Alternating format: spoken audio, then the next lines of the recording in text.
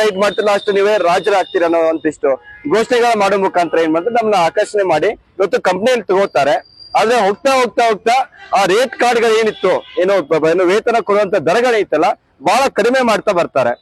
ಇವತ್ತು rain days ಅಲ್ಲಿ ಇವತ್ತು 30 ರೂಪಾಯಿ ಪರ್ ಆರ್ಡರ್ ಅಂತೆಲ್ಲ ಇನ್ನಿಷ್ಟು ಹೇಳ್ತಿದ್ರು. ಆಮೇಲೆ ಬೇರೆ ಬೇರೆ ಸೀಸನ್ ನಲ್ಲಿ ಅವತ್ತು ಕಡಿಮೆ ಮಾಡೋ ಮುಖಾಂತರ ಇವಾಗ ಅತಿ ಕನಿಷ್ಠ ಬೆಲೆಗೆ ಇವತ್ತು ಜೆಪ್ಟೋ ಪೇ ರೇಟ್ ಗಳನ್ನ ತಗೊಂಬಂದಿದ್ದಾರೆ. 13 ರೂಪಾಯಿ, 10 ರೂಪಾಯಿ, 8 ರೂಪಾಯಿಗೆಲ್ಲ ಇವತ್ತು ತಗೊಂಬಂದಿದ್ದಾರೆ. ಜೊತೆಗೆ ಇವತ್ತು ಏನು ಕಂಪ್ನಿಯಿಂದ ಏನ್ ಕೊಡ್ಬೇಕಾಗಿತ್ತು ಇವತ್ತು ಏನು ಇನ್ಶೂರೆನ್ಸ್ ಆಗಿರ್ಬೋದು, ಇವತ್ತು ಬೆನಿಫಿಟ್ಸ್ ಗಳನ್ನ ಏನ್ ಕೊಡ್ಬೇಕಾಗಿತ್ತು ಅವ್ ಯಾವೂ ಕೂಡ ಸಿಗ್ತಾ ಇಲ್ಲ. ಇವತ್ತು ಕಾರ್ಮಿಕರನ್ನ ಇವತ್ತು ಯಾವ ತರ ದುಡ್ಸ್ಕೊತಿದ್ದಾರೆ ಅಂದ್ರೆ ಇವತ್ತು ಕಂಪ್ಲೀಟ್ ಆಗಿ ಇವತ್ತು ಸ್ಲೇವ್ಸ್ ತರ ದುಡ್ಸ್ಕೊಂತ ಪರಿಸ್ಥಿತಿ ನಾವು ನೋಡ್ತಾ ಇದೀವಿ. ಸೊ ಇಲ್ಲಿ ನಾವು ಕಾರ್ಮಿಕರು ಸಾಕಷ್ಟು ಸಲ ಹೋಗಿ ಇವತ್ತು ಮ್ಯಾನೇಜ್ಮೆಂಟ್ ಅವ್ರ ಜೊತೆ ಮಾತಾಡಿದ್ವಿ. ಮಾತಾಡಿದ್ರೆ ಇವತ್ತು ID ಬ್ಲಾಕ್ ಮಾಡುವಂತದ್ದು, ಜೊತೆಗೆ ನಿಮ್ಮನ್ನ ಒಂದು ವಾರದ ಪೇಮೆಂಟ್ ಅನ್ನ ಕಟ್ ಮಾಡ್ತೀವಿ, ಈ ತರ ಧಮಕಿನ ಹಾಕುವ ಮುಖಾಂತರ ಇವತ್ತು ಕಾರ್ಮಿಕರ ಇದನ್ನ ಹಿತಾಸಕ್ತಿ ಕುಂದಿಸ್ತಿದ್ದಾರೆ. ಸೊ ಇಲ್ಲಿ ಇವತ್ತು ನಾವು ಸರ್ ಅವರು ಕೂಡ ಮನವಿ ಕೊಟ್ವಿ. ಇವತ್ತು ಈ ಏನು ಜೆಪ್ಟೋ ಮತ್ತು ಕಾರ್ಮಿಕರ ಮಧ್ಯೆ ಏನು ಟಸಲ್ ಏನ್ ನಡೀತಾ ಇದೆ, ಸೊ ಅಲ್ಲಿ ನೀವು ಕೂಡ ಇನ್ವಾಲ್ವ್ ಆಗಿ ಈ ಸಮಸ್ಯೆನ ಬಗೆಹರಿಸಬೇಕಂತ ಅವ್ರ ಕೋರಿ ಇವತ್ತು ಒಂದು ಮನವಿಯನ್ನ ಕೊಡ್ತಾ ಇದ್ದೀವಿ. ಜೊತೆಗೆ ನಾವು ಕೂಡ ಜೆಪ್ಟೋ ಕಂಪ್ನಿಯವರು ಕೂಡ ಐತಲ್ಲ ಇವತ್ತು ನಾವು ಮನವಿ ಮಾಡ್ತಾ ಇರೋದೇನಂದ್ರೆ ಇವತ್ತು ಕಾರ್ಮಿಕರೇನು ಎಲ್ಲ ಈ ಪಾಲ್ಗಳನ್ನ ಕೇಳ್ತಾ ಇಲ್ಲ. ಇಲ್ಲಿ ಅವರಿಗೆ ಬದುಕುವಂತ ಹಕ್ಕಿದೆ, ಬದುಕಕ್ಕೆ ಯೋಗ್ಯವಾಗುವಂತ ಒಂದು ದರವನ್ನು ಪೇಮೆಂಟ್ ಅನ್ನ ಕೊಡ್ಬೇಕಂತ ನಾವು ಕೇಳ್ತಾ ಇದ್ವಿ. ಅದ್ರ ಜೊತೆಗೆ ಒಂದಿಷ್ಟು ಸೌಲಭ್ಯಗಳನ್ನ ಕೊಡ್ರಿ ಅಂತ ಕೇಳ್ತಾ ಇದ್ವಿ. ಸೊ ಈ ಕಂಪ್ನಿ ಕೂಡ ಇವತ್ತು ಇನ್ಹ್ಯೂಮನ್ ಆಗಿ ಇವತ್ತು ಅಮಾನವೀಯ ಕಾರ್ಮಿಕರ ನಡ್ಸ್ಕೋಬಾರ್ದು ಅಂತೇಳಿ ನಾವು ಮನವಿ ಮಾಡ್ತಾ ಇದ್ದೀವಿ. ಬೆಳಗಾವಿಯಲ್ಲಿ 700 ಅಬೌವ್ ವರ್ಕರ್ಸ್ ಇದ್ದಾರೆ ಸರ್. ಅಂದ್ರೆ ಒಂದು ವಾರದಿಂದ ನಾವು ಅವ್ರಿಗೆ ಮನವಿ ಮಾಡ್ತಾ ಇದ್ವಿ.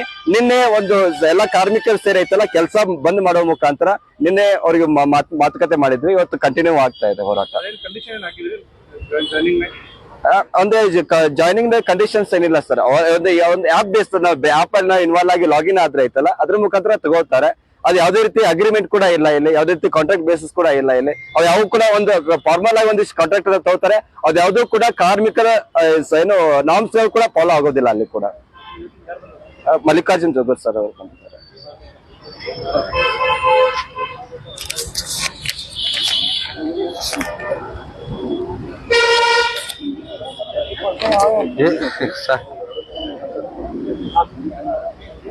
ಇವತ್ತಿನ ದಿವಸ United food delivery partners union ಈ ಸಂಘದವರು, ಈ ಸಂಘ ಅಫಿಲಿಯೇಟೆಡ್ ಟು AIUTUC ಮೇನ್ ಸಂಘಕ್ಕೆ ಇವ್ರು ಅಫಿಲಿಯೇಟ್ ಆಗಿ ಇವತ್ತು ಒಂದು ಅರ್ಜಿಯನ್ನು ಕೊಡ್ತಾ ಇದ್ದಾರೆ. ಈ ಎಲ್ಲಾ ಕಾರ್ಮಿಕರು ಜೆಪ್ಟೋ ಒಂದು ಸಂಸ್ಥೆಯಲ್ಲಿ ಡೆಲಿವರಿ ಬಾಯ್ಸ್ ಅಂತ ಕೆಲಸ ಮಾಡ್ತಾ ಇದ್ದಾರೆ.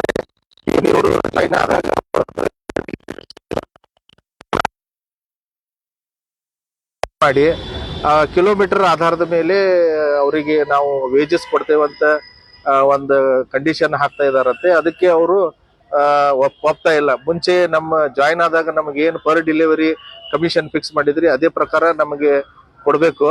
ಈ ನೀವು ಕಿಲೋಮೀಟರ್ ಲೆಕ್ಕದ ಮೇಲೆ ಕೊಟ್ರೆ ನಮಗೆ ಅದು ವರ್ಕೌಟ್ ಆಗೋದಿಲ್ಲ, ನಮಗೆ ಎಕ್ಸ್ಪೆಂಡಿಚರ್ ಜಾಸ್ತಿ ಆಗತ್ತೆ, ನಮಗೆ ಏನು ಉಳಿಯೋದು ಕಷ್ಟ ಆಗ್ತೈತೆ.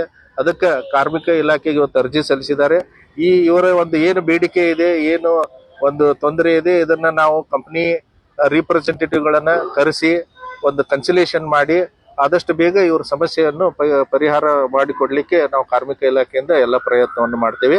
ಅದಕ್ಕೆ ತಾವು ಈ ಒಂದು ಮನವಿಯನ್ನು ಕೊಟ್ಟಿರಿ. ನಾವು ಈಗ ನಿಮ್ಮನ್ನು ಕರಿತೀವಿ, ಕಂಪ್ನಿಯವ್ರನ್ನು ಕರೆದು ಒಂದು ಸಂಧಾನ ಪ್ರಕ್ರಿಯೆ ಮಾಡ್ಬೇಕಾಗತ್ತೆ. ಯಾಕಂದ್ರೆ ಇಲ್ಲಿ ಕಾರ್ಮಿಕ ಇಲಾಖೆಯಲ್ಲಿ ಹೆಂಗಿದೆ ಅಂದ್ರೆ ಮಿನಿಮಮ್ ವೇಜಸ್ ಮೇಲೆ ಕೆಲಸ ನಡೆಯುತ್ತೆ. ಮಿನಿಮಮ್ ವೇಜಸ್ ಕೊಟ್ಟಿಲ್ಲ ಅಂದ್ರೆ ಕಾರ್ಮಿಕ ಇಲಾಖೆಯಲ್ಲಿ ಪ್ರಾಧಿಕಾರಿಗಳು ಇರ್ತಾರೆ, ಅಲ್ಲಿ ಕ್ಲೇಮ್ ಹಾಕ್ಬೋದು. ಬಟ್ ನಿಮ್ದು ಏನಿದೆ ಡೆಲಿವರಿ ಬೇಸ್ಡ್ ವೇಜಸ್ ಇದೆ ಮತ್ತು ಕಿಲೋಮೀಟರ್ ಬೇಸ್ಡ್ ವೇಜಸ್ ಫಿಕ್ಸ್ ಮಾಡಿದ್ದಾರೆ. ಅದರಲ್ಲಿ ಯಾವ ತರ ಅದನ್ನ ಕೊಟ್ರೆ ನಿಮಗೆ ವರ್ಕೌಟ್ ಆಗುತ್ತೆ ಮತ್ತು ಕಂಪ್ನಿಯವ್ರಿಗೆ ವರ್ಕೌಟ್ ಆಗುತ್ತೆ ಅದನ್ನ ಎರಡು ಸ್ಟಡಿ ಮಾಡಬೇಕಾಗತ್ತೆ. ಆ ಕನ್ಸಿಲೇಷನ್ದಲ್ಲಿ ನಾವು ಅದನ್ನ ಬಗೆಹರಿಸಲಿಕ್ಕೆ ಪ್ರಯತ್ನ ಮಾಡಿ ಆದಷ್ಟು ಬೇಗ ನಿಮಗೆ ಒಂದು ನ್ಯಾಯ ಕೊಡಿಸ್ಲಿಕ್ಕೆ ಕಾರ್ಮಿಕ ಇಲಾಖೆ ಪ್ರಯತ್ನ ಮಾಡ್ತದೆ.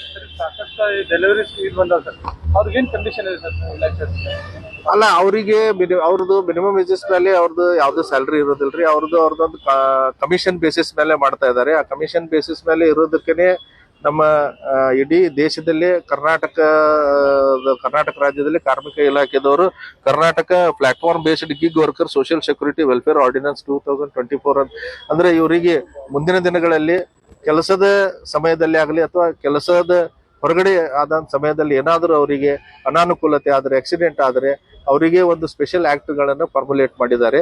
ಮತ್ತೆ ಈಗಾಗಲೇ ನಾವು ಹೇಳಿದ್ರು, ವಕೀಲರು ಹೇಳಿದ್ರು, ನಮ್ಮ ಬೆಳಗಾವ ಸಿಟಿಯಲ್ಲಿ ಮೋರ್ ದೆನ್ 700 ಗಿಗ್ ವರ್ಕರ್ಸ್, ಇವರಿಗೆ ಗಿಗ್ ವರ್ಕರ್ಸ್ ಅಂತಾರೆ. ಇವರಿಗೆಲ್ಲ ಸುಮಾರು ನಾವು ಈಗ ಗಿಗ್ ವರ್ಕರ್ಸ್ ನಮ್ದು ಒಂದು ಸೋಷಿಯಲ್ ಸೆಕ್ಯೂರಿಟಿ ಇದರಲ್ಲಿ ಅವ್ರ ರಿಜಿಸ್ಟ್ರೇಷನ್ ಮಾಡ್ತಾ ಇದ್ದೀವಿ. ಮೋರ್ ದೆನ್ 550 ವರ್ಕರ್ಸ್ ಅನ್ನ ಈಗಾಗಲೇ ನಾವು ಗಿಗ್ ವರ್ಕರ್ದು ಇನ್ಶೂರೆನ್ಸ್ ಮಾಡಿಸಿದ್ದೇವೆ. ಅದು ಕಾರ್ಮಿಕ ಇಲಾಖೆಯಿಂದ ಫ್ರೀ ಅದನ್ನ ನಾವು ಮಾಡ್ತಾ ಇದ್ದೇವೆ. ಇನ್ನು ಉಳಿದವರು ಹೊಸದಾಗಿ ಯಾರು ಈ ಒಂದು ಉದ್ಯೋಗಕ್ಕೆ ಬಂದಿದ್ದಾರೆ ಅವ್ರನ್ನು ಕೂಡ ನಾವು ಮುಂದಿನ ದಿನದಲ್ಲಿ ಈ ಇನ್ಶೂರೆನ್ಸ್ ಒಳಪಡಿಸಿ ಅವ್ರಿಗೂ ಕೂಡ ಒಂದು ಆರ್ಥಿಕ ಮತ್ತು ಒಂದು ಸಾಮಾಜಿಕ ಸೌಲಭ್ಯ ನೀಡುವ ನಿಟ್ಟಿನಲ್ಲಿ ಕಾರ್ಮಿಕ ಇಲಾಖೆ ಕೆಲಸ ಮಾಡುತ್ತೆ. ಇವ್ರದ್ದೇನು ಪರ್ಟಿಕ್ಯುಲರ್ ಈ ಕಮಿಷನ್ ಮತ್ತು ಕಿಲೋಮೀಟರ್ಗೆ ಸಂಬಂಧಿಸಿದಂತೆ ಏನ್ ಇಶ್ಯೂ ಇದೆ ಅದನ್ನ ಕಂಪನಿಯವ್ರ ಜೊತೆ ಚರ್ಚೆ ಮಾಡಿ ಸಂಧಾನ ಪ್ರಕ್ರಿಯೆ ಮಾಡಿ ನಾವು ಇದನ್ನ ಆದಷ್ಟು ಬೇಗ ಬಗೆಹರಿಸೋ ಕಾರ್ಮಿಕ ಇಲಾಖೆ ಕೆಲಸ ಮಾಡುತ್ತೆ. Okay thank you.